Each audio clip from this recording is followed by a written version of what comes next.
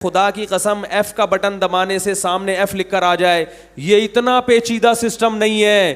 بچے کی پیدائش ہوتے ہی روٹی سے دودھ بننا شروع ہو جائے, اللہ کی قسم یہ مشین کمپیوٹر سے کروڑ گنا زیادہ پیچیدہ ہے.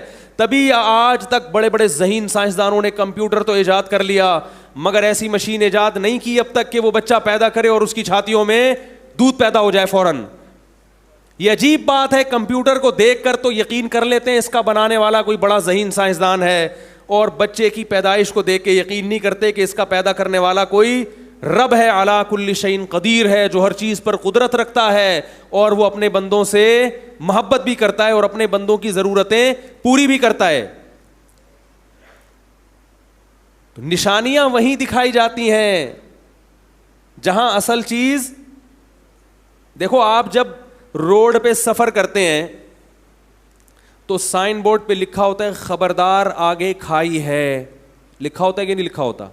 کیوں لکھا ہوتا ہے؟ اس لیے کہ کھائی نظر, بھائی کھائی نظر آ رہی ہوتی ہے, نہیں آ رہی ہوتی نظر. اگر نظر آ رہی ہوتی تو پھر سائن بورڈ کی ضرورت نہیں ہے. یہ کائنات اللہ نے اپنے انٹروڈکشن کے لیے پیدا کی ہے. اگر اللہ ہمیں نظر آ رہا ہوتا اور اللہ نے اپنے آپ کو دکھانا ہی ہوتا تو پھر اللہ کو انٹروڈیوس کرانے کی ضرورت نہیں تھی اپنے آپ کو, پھر اللہ کو ضرورت نہیں تھی.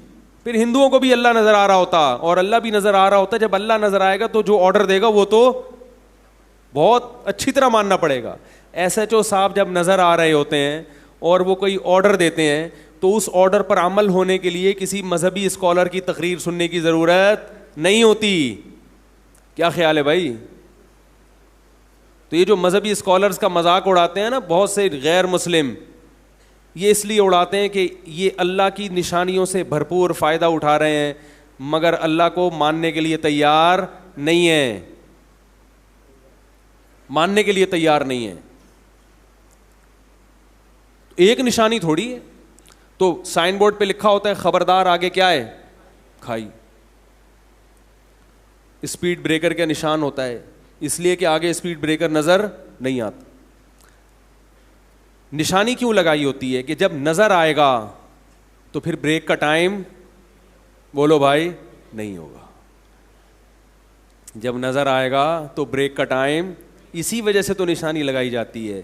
اللہ نے اس کائنات میں اپنی وجود کے لیے اور اپنی قدرت کے لیے, اپنی نشانوں کے لیے کروڑ سائن بورڈ لگا دیے ہیں. یہ بتایا کہ ان تمام اس سائن بورڈ کو دیکھ کر اللہ پہ یقین نہیں آتا تو یہ والا سائن بورڈ دیکھ لو, سوکھے چارے سے ہم کیسے گائے کے تھنوں سے چکنا گاڑھا دودھ نکالتے ہیں تمہارے لیے. یہ سائن بورڈ نظر نہیں آتا. سورج کو دیکھو زمین سے 9 لاکھ گنا بڑا, کروڑوں سال گزر چکے ہیں اور ایسی انرجی پھینک رہا ہے. کہتے ہیں ایک سیکنڈ میں سورج جو انرجی پھینکتا ہے وہ ہزاروں لاکھوں ایٹم بموں کی سے جو انرجی خارج ہوتی ہے نا, اس سے زیادہ انرجی ایک سیکنڈ میں سورج خارج کر دیتا ہے. اتنا ایندھن اس میں کہاں سے آ رہا ہے, اور کتنے تناسب سے اللہ نے اس کو زمین کو اس کے گرد گھمایا ہے, اور کتنے کروڑوں سال سے مشرق سے نکلتا ہے اور مغرب میں غروب ہو جاتا ہے. للشمس ينبغي لها ان تدرك القمر ولا الليل سابق النهار. فرمایا نہ دن رات سے پہلے آتی ہے اور نہ سورج اور چاند آپس میں ٹکراتے ہیں. کل فی فلک یسبحون, ہر ایک اپنے دائرے میں تیرتا ہوا چلا جا رہا ہے. اتنے بڑے بڑے جسم کے ستارے اور سیارے پیدا کر دیے, لٹو کی طرح ان کو گھما دیا اس نے. یہ کیا ہے؟ اللہ کی کیا ہے یہ نشانی ہے بھائی. اولم یروا الی الطیر فوقہم صافات ویقبضن, فرمایا ان پرندوں کو نہیں دیکھتے کیسے اپنا بیلنس اور توازن قائم کر کے ہواؤں میں اڑ رہے ہیں. اگر کوئی شخص یہ کہے ہوائی جہاز کے بارے میں, اڑتا ہوا ہوائی جہاز جا رہا ہو, اس میں ایک بیلنس ہوتا ہے نا بھائی. ہوائی جہاز میں پلین میں جب آپ بیٹھتے ہیں, پلین جب ہوا میں اڑتا ہے تو اس کی باڈی کو ایک خاص کیلکولیشن سے بنایا گیا ہوتا ہے کہ اتنی اسپیڈ میں یہ اڑے گا تو اس کی دم کیسی ہو, اس کا جو آگے سے سر ہے وہ کیسا ہو, پر کتنے لمبے ہوں. آپ اگر جہاز کے پر چھوٹے کر دیں تو گر جائے گا, ضرورت سے زیادہ بڑے کر دیں تو نقصان ہوگا. کوئی ایک چیز بھی ہوائی جہاز کی باڈی میں ایسی نہیں ہوتی جو غیر ضروری ہو پوری. اور یہ بڑے بڑے انجینئروں کی محنت ہوتی ہے, اور یہ ہزاروں سال کی انسان کی محنت ہے, اس کے بعد جا کے اس نے ہوائی جہاز کو ہوا میں اڑایا ہے. ایک بیلنس چاہیے, لیکن پھر بھی وہ اپنی مرضی سے نہیں اتر سکتا, اس کو رن وے چاہیے, بہت ساری چیزیں اس کو چاہیے اڑنے کے لیے. اللہ فرماتے ہیں وَلَمْ يَرَوْا إِلَى الطَّيْرِ, ان آسمانوں پہ اڑتے ہوئے پرندوں کو نہیں دیکھتے کیسے اپنے پروں کو پھیلائے ہوئے اور پروں کو سمیٹ کے ہواؤں میں اڑ رہے ہیں. کیا یہ مشینیں خود بخود ایجاد ہو گئی ہیں؟ بولو بھائی, یہ جو ہواؤں میں پرندے اڑ رہے ہیں, اس مشینری کو کسی نے ڈیزائن نہیں کیا, یہ آٹومیٹک وجود میں آ گئی ہے, اتفاق سے وجود میں آ گئی ہے.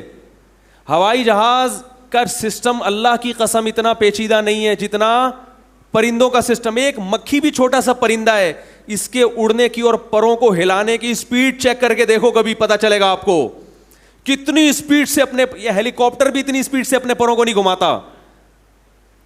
اور عجیب بات ہے, یہ ہوا میں ریورس بھی ہو جاتے ہیں.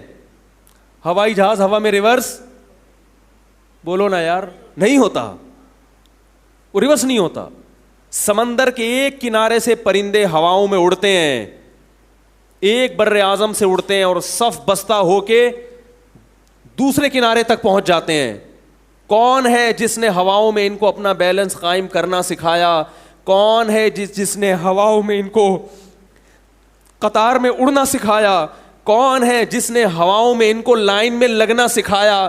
جاپان نے صدیوں محنت کر کے اپنی قوم کو لائن میں لگنا سکھایا ہے, خود بخود وہ قوم لائن میں لگنا نہیں سیکھی. تو ہواؤں میں جو اڑنے والے پرندے ہیں ان کو قطار بنا کے اڑنا, اور ان کو اتنی تہذیب, کیا انہوں نے جاپان کی یونیورسٹیوں میں سیکھی ہے تہذیب؟ کیا ان کو کسی انسان نے سکھائی ہے, کسی سائنسدان نے سکھائی ہے؟ یہ وہ نشانیاں ہیں جنہیں دیکھ کر عقل مند لوگ اللہ کے وجود پر ایمان لاتے ہیں, اور جن کی عقلیں مسخ ہو چکی ہیں, جن کی عقلیں شہوت پرستی سے اندھی ہو چکی ہیں, انہیں دنیا کی ہر چیز نظر آئے گی مگر ان کو اللہ نہیں نظر آئے گا, اس کائنات کو بنانے والا نظر نہیں آئے گا, اور نہ وہ اس کے بارے میں سوچنے کے لیے تیار ہوں گے. انہیں یہی اعتراض رہ گئے مذہبی اسکالر نے جنت جہنم میں اور اللہ میں لگا دیا. مزے اڑاؤ, نائٹ کلبوں میں ناچو گاؤ, شرابیں پیو اور عیش و عشرت کی زندگی گزارو, ان مولویوں کی مجلس میں مت بیٹھو. وہ یہی کرتے رہیں گے.